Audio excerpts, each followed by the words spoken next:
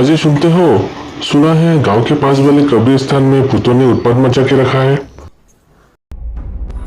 हाँ जी, मैंने तो यहाँ तक सुना है कि वहाँ के भूते पहले जमीन से निकल कर आता है, फिर नृत्य करने लगते हैं।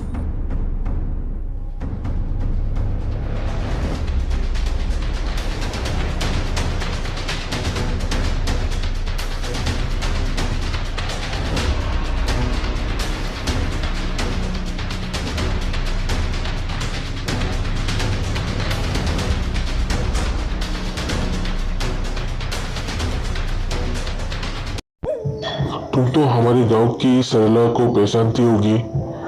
उसने ठीक उसी रात उस कब्रिस्तान से गुजर रही थी और उसने वो सब कुछ देख लिया था।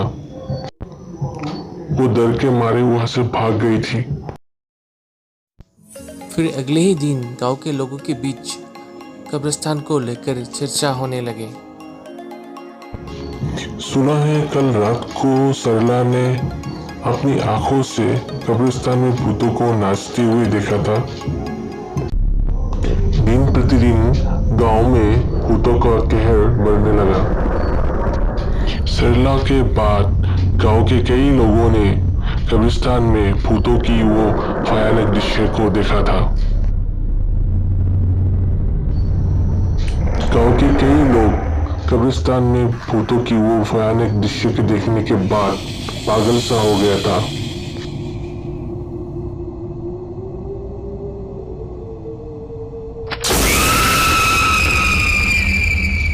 गांव के लोगों को ये समझ में नहीं आ रहा था कि इस समस्या से कैसे बचा जाए।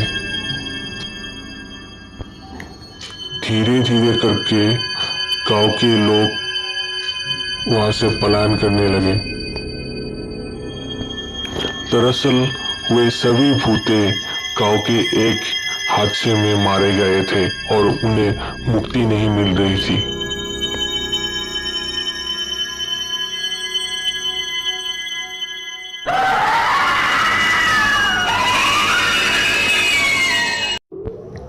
भूतों का कहर दिन ब दिन गांव में इतना बढ़ गया था कि लोग दिन में ही अब बिना ड्राइवर की चलने वाला गाड़ी को देखा था। फिर सभी गांव वाले मिलकर एक हवन का आयोजन किया। इस हवन का उद्देश्य ये था कि गांव में जो भूतों का कहर है वो जल्द ही जल्द खत्म हो जाए। गांव वालों की प्रार्थना से भगवान संतुष्ट हो गया और आकाश से पुष्प वर्षा होने लगी।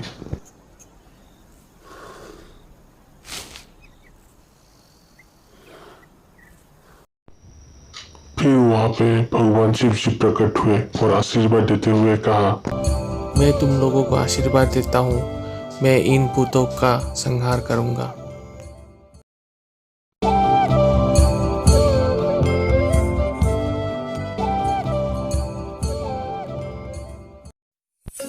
दोस्तों, अगर कहानी अच्छा लगा है तो प्लीज़ लाइक कीजिए, सब्सक्राइब कीजिए और शेयर कीजिए।